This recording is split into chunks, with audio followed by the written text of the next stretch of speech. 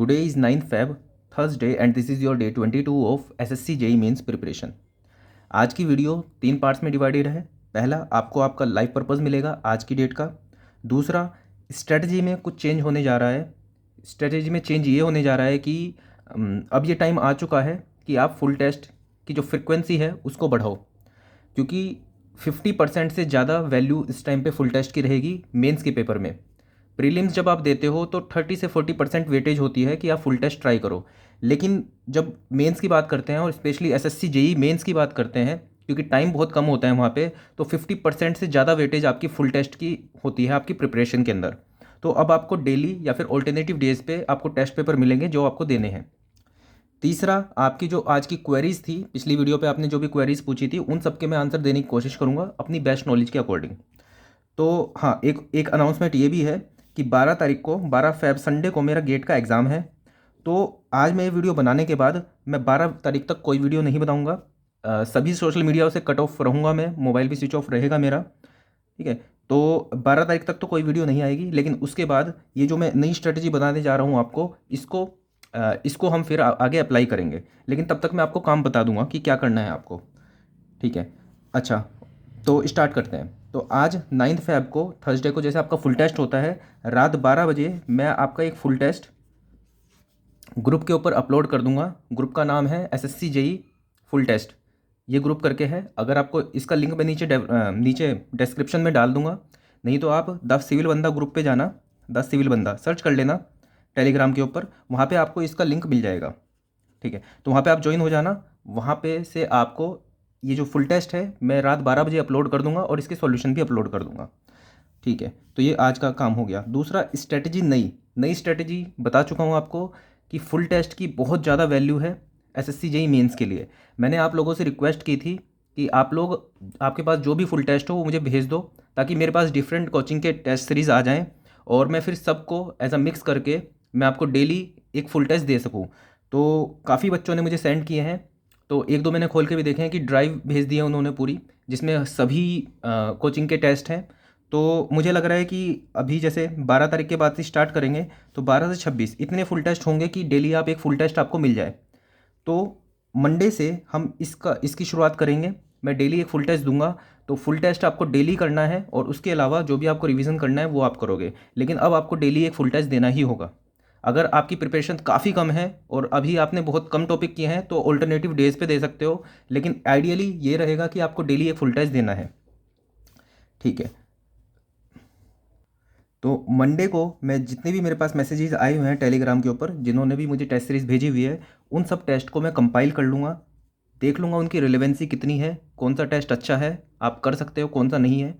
इस तरह से मैं उनको पिक करने के बाद मैं मतलब देख लूँगा कितने टेस्ट हो चुके हैं और उसके अकॉर्डिंग ही मैं आपको पर डे टेस्ट दे दिया करूँगा करने के लिए। तो इसमें थोड़ा सा टाइम मेरा लग जाएगा। अगर आपने मुझे टेस्ट भेजे हैं और एज अ ड्राइव आपने भेज दिए हैं सब एक साथ कंपाइल करके, तो आप इतनी हेल्प कर सकते हो मेरी कि आप दोबारा से भेज दो जिसके अंदर टेस्ट 1 सॉल्यूशन 1, ठीक है। मतलब इस टाइप से आप एक अरेंजमेंट, एक अच्छे से अरेंज करके आप मुझे भेज दोगे तो थोड़ा मेरा टाइम बच जाएगा इसके अंदर और आपका ही फ़ायदा होगा इसमें, ठीक है। तो ये दोनों चीज़ें बता दी हैं। अब आते हैं क्वेरीज़ के ऊपर कि आपकी क्या क्या क्वेरीज़ है। एक क्वेश्चन है कि डिफरेंस कैसे लिखें अगर टेबल बनानी पड़े। आई गेस आप राइज एंड फॉल या फिर हाइट ऑफ इंस्ट्रूमेंट का क्वेश्चन पूछ रहे हो, ये मैं पहले भी बता चुका हूँ। आपको टेबल बिल्कुल सही बनानी है, उसकी जो वैल्यू पूछी है, जैसे R L of every point आपसे पूछी है, तो पहली बात तो आर एल आपके सभी सही होने चाहिए, वो सही है तभी आपको फुल मार्क्स मिल पाएंगे। अब ऐसा भी हो सकता है जो आपने आर एल लिखे हों, एग्जामिनर के दिमाग में यह है कि सिर्फ इसने आर एल लिखे हुए हैं, कहीं पे कुछ कैलकुलेशन नहीं किया है तो देख के लिख दिया हूँ, ऐसा हो सकता है, ऐसा माइंडसेट, तो उसमें वो कुछ नंबर आपके काट सकता है। तो थोड़ा सा आपको कैलकुलेशन करके दिखाना पड़ेगा। मैंने बता रखा है कैसे करना है आपको ये। जैसे R L of 1 R L of 2 लिखना है, तो R L of 2 equal to R L of 1 plus rise, ठीक है। इस तरह से करके छोटा छोटा करके आप सभी के आर एल कैलकुलेट कर सकते हो। आई मीन टू से कि जो क्वेश्चन में पूछा गया हो, जिसके फिल इन द ब्लैंक्स भरने के नंबर हो, सिर्फ उसको कैलकुलेट करके लिख सकते हो। और ऐसा मत सोचो कि टाइम बहुत ज़्यादा लग जाएगा, प्रैक्टिस करोगे तो कुछ टाइम नहीं लगता इन सब चीज़ों में। अगर आप यहाँ पे लिख पा रहे हो वैल्यू तो यहाँ पे भी लिख दोगे, इतना कोई ज़्यादा टाइम नहीं लगेगा। घर पे प्रैक्टिस करोगे तो जल्दी चीज़ें हो जाएंगी। आगे चलते हैं। एक क्वेश्चन है कि स्टील का आउट ऑफ प्लेन क्वेश्चन क्या स्किप कर सकते हैं। देखो, जो मैंने आपको बहुत इंपॉर्टेंट क्वेश्चन बताए हैं वो इम्पोर्टेंट इसलिए हैं क्योंकि उनके आने की फ्रिक्वेंसी बहुत ज़्यादा है। इसके अलावा क्या क्वेश्चन आएगा हमें नहीं पता। अगर हमने एक इम्पोर्टेंट क्वेश्चन की एक लिस्ट बनाई है 25 या 30 क्वेश्चन की, अगर आप उनको भी छोड़ रहे हो तो ये समझ लो कि मतलब एक आता हुआ क्वेश्चन एक तरह से आपने छोड़ दिया। इसके अलावा क्या आएगा वो तो आपको छोड़ना पड़ेगा ही, लेकिन आपको अगर जो पता है कि ये क्वेश्चन आ सकता है तो उसको प्रैक्टिस कर लेना, उसको सीख लेना ही ज़रूरी है, सही रहेगा। बाकी कोशिश वही रखना कि सबसे पहले सबसे बेसिक क्वेश्चन करना जो आप कर सकते हो, जो आपको सीखने हैं। उसके बाद धीरे धीरे आपको थोड़ा टफ क्वेश्चन पे जाना है जिसकी फ्रिक्वेंसी ज़्यादा हो, जो ज़्यादा बार आ चुका है। उसका जब ये हो जाए तब जाके ऐसे क्वेश्चन पे जाना जो काफ़ी रेयर आता है, थोड़ा टफ होगा। इस तरह से आप कर सकते हो। एक क्वेश्चन है कि एसएफडी एंड बीएमडी की प्रैक्टिस करने के लिए अगर आप ईएससी की मेंस की बुक देखते हो तो उसमें लगभग पोर्टल फ्रेम टाइप के क्वेश्चन हैं। तो फिर मैं बता दूं कि सिर्फ डिटर्मिनेट स्ट्रक्चर वाले जो हैं सिर्फ वही आपको करने हैं। पोर्टल फ्रेम वाले आप कर सकते हो, टाइम थोड़ा ज़्यादा लगेगा। फिर से वही चीज़ मैं बताऊंगा कि सबसे पहले सबसे बेसिक क्वेश्चन करो, जब सभी बेसिक क्वेश्चन हो जाए तब जाके इनडिटर्मिनेट स्ट्रक्चर पे आना। अगर आप बेसिक क्वेश्चन ही सॉल्व नहीं कर पा रहे हो और आप इनडिटर्मिनेट की प्रैक्टिस कर रहे हो तो सिर्फ टाइम वेस्टेज है। ठीक है, तो अब जो भी उसके अंदर डिटर्मिनेट स्ट्रक्चर है, पोर्टल फ्रेम नहीं, सिंपली सपोर्टेड बीम या फिर यहाँ पे लोड लगा के ये डिटर्मिनेट बना दिया है इसको, वो आप कर सकते हो। इसके अलावा एसएफटी बीएमटी की कोई भी बुक में आप उसमें से प्रैक्टिस कर सकते हो। क्वेश्चन की कमी नहीं है, क्वेश्चन आपको मिल जाएंगे जो आपके नोट्स हैं उसके अंदर से जो एसएफटी बीएमटी का क्वेश्चन हो उसको प्रैक्टिस कर सकते हो। नेक्स्ट क्वेश्चन ये है कि फुल टेस्ट को कैसे अटैम्प्ट करना है, शुरू के 5 मिनट में किस तरह से प्रोसीड करें, ये सब चीज़ें। तो अभी फुल टेस्ट में ट्राई कर सकते हो। आपको इस तरह से फ्लो चार्ट बना लेना है स्टार्टिंग में ही, 1 से लेकर 6 तक जितने उनके पार्ट्स हैं इस तरह से। और उसके बाद फिर आपको टिक करना है जो आपको बहुत अच्छे से आता है। बहुत अच्छे मतलब कि उसमें आप गलत नहीं कर सकते। जैसे एक क्वेश्चन ओएसडी का है, एक क्वेश्चन लेसी का है, एक क्वेश्चन एसएफडी बीएमडी का, देख लेना एसएफडी बीएमडी वो कर सकते हो कि नहीं कर सकते हो।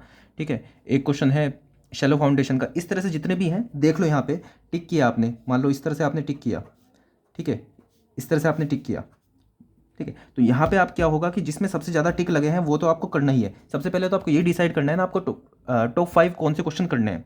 अब जैसे ये सब क्वेश्चन देख रहे हो, इसके अंदर लगभग सब एक एक पार्ट छोटा है, लेकिन इसके अंदर क्या है आपका एक पार्ट किया है, एक नहीं, मतलब ये लगभग दोनों एक चीज़ है। तो इसको आप बाद में डिसाइड कर सकते हो इन दोनों में से कौन सा चूज़ करना है। लेकिन आपने जो चूज़ कर लिया कि बाकी देखे कि हाँ इसमें ज़्यादातर पार्ट मुझे आते हैं, तो उनके ऊपर जा सकते हो। दूसरी चीज़, अब क्यू कैब आ गया है तो इसलिए बहुत अच्छी बात है आप लोगों के लिए। आपको सीधा जाके पहले तो ये देखना है कि कौन से अटैम्प्ट करने हैं, आपको क्वेश्चन कौन से अटैम्प्ट करने हैं। जैसे आपने अटैम्प्ट ये सोचा कि पहला, दूसरा, तीसरा, चौथा, पाँचवें, छठे में अभी डिसाइड नहीं किया, इसको बाद में देखेंगे। तो इन 4 में से अब आपको देखना है कि कौन सा क्वेश्चन आपको सबसे पहले करना है। कोई भी क्वेश्चन कर सकते हो, कोशिश करना वो क्वेश्चन जल्दी पहले करना जो जल्दी हो सकता है और आपको आता है। पहली बात तो आपका आता हो। कोई भी क्वेश्चन सबसे पहले वो ट्राई मत करना जिसमें आपको कुछ कॉन्सेप्ट लगाना पड़ेगा, जिसमें आपको सोच के कुछ करना पड़ेगा। ठीक है, तो वो तो क्वेश्चन स्टार्टिंग में बिल्कुल मत करना। क्वेश्चन सिर्फ पहले सबसे पहले नंबर पे वही करना जो एक तरह से आपने मशीन की तरह याद किया हुआ है। जैसे स्लैब डिज़ाइन एक मशीन की तरह आपने याद किया हुआ है, उसको आपको स्टार्ट करना है और ख़त्म करना है। तो ऐसा क्वेश्चन सबसे पहले करना, उसके बाद कोई दूसरा ऐसा क्वेश्चन करना जिसमें आपको दिमाग लगा के कुछ करना पड़ेगा।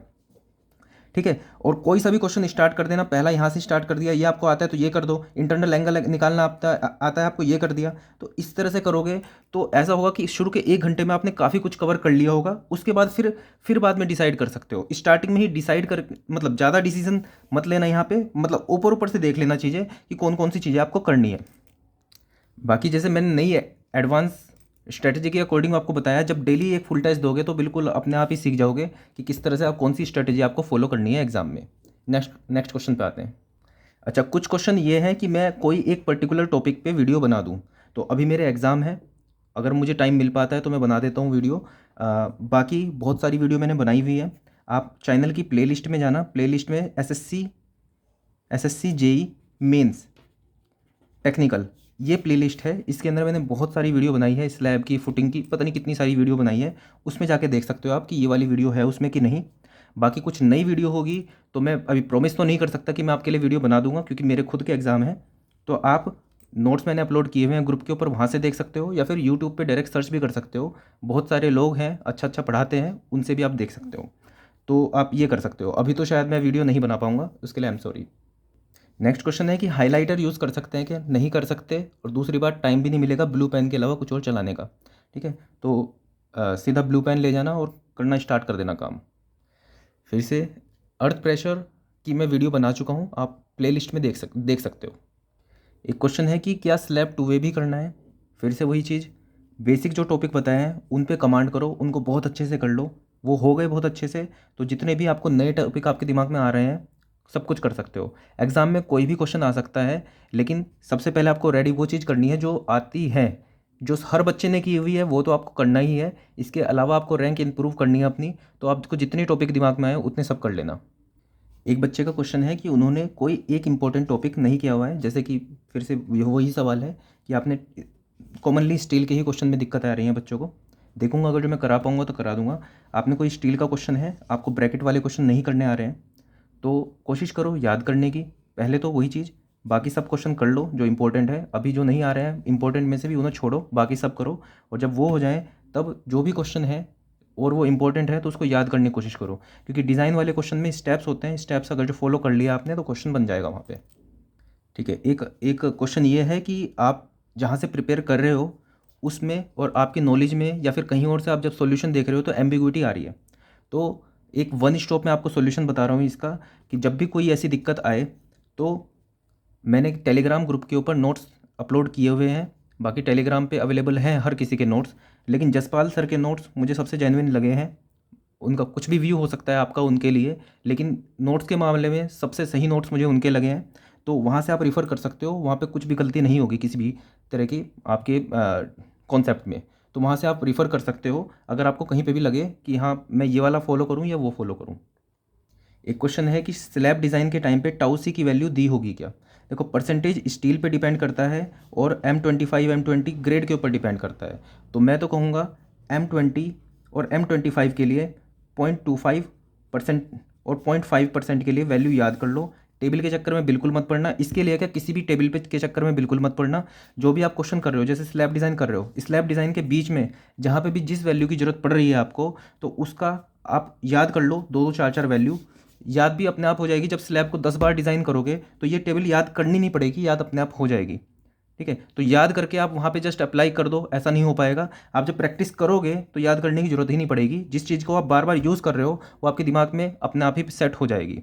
ठीक है, फिर से एक एक टेक्निकल क्वेश्चन कि एक्स्ट्रा वाइंडिंग निकालने के लिए अगर 300 मीटर से ज़्यादा हो जाती है रेडियस, तो हम एक्स्ट्रा वाइंडिंग को कंसिडर नहीं करते, साइकोलॉजिकल वाइंडिंग को। और ठीक है, तो हाँ बिल्कुल सही बात है। देखो इस क्वेश्चन के लिए नहीं, हर एक क्वेश्चन के लिए मैं बता रहा हूँ, आपने अपने नोट्स के अकॉर्डिंग कुछ चीज़ पढ़ी और उसके बाद फिर जब आपने कहीं और किसी उसके सॉल्यूशन को देखा तो वहाँ पे कंसीडर नहीं किया।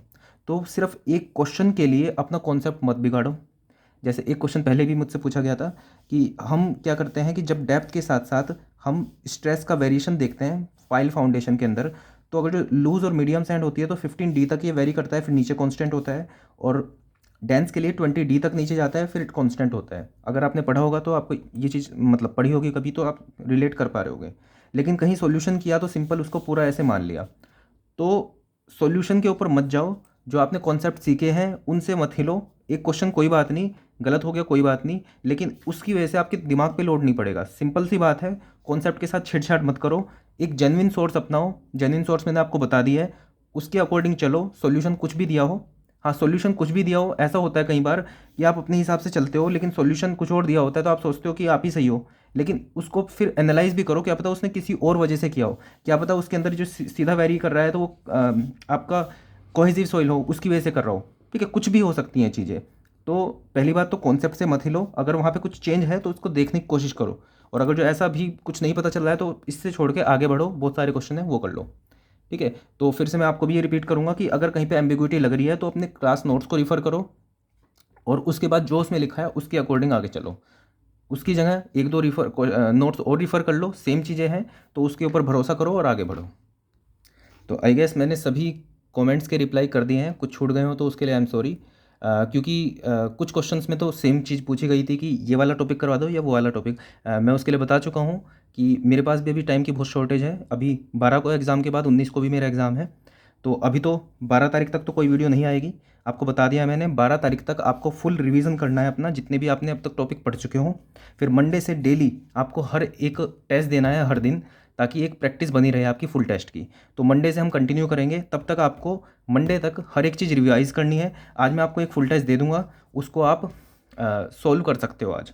सो अब मंडे को मिलते हैं, तब तक कोई कांटेक्ट नहीं हो पाएगा आप लोगों से। सो हाँ, वर्चुअल लाइब्रेरी में अपलोड कर दूंगा, तो वहाँ पे वो जो लोग पढ़ते हैं तो वहाँ पे वो अपना अपलोड कर सकते हैं, लेकिन वहाँ पे क्वेरीज़ का भी आंसर नहीं दिया जाएगा। So that's all for this video, thank you.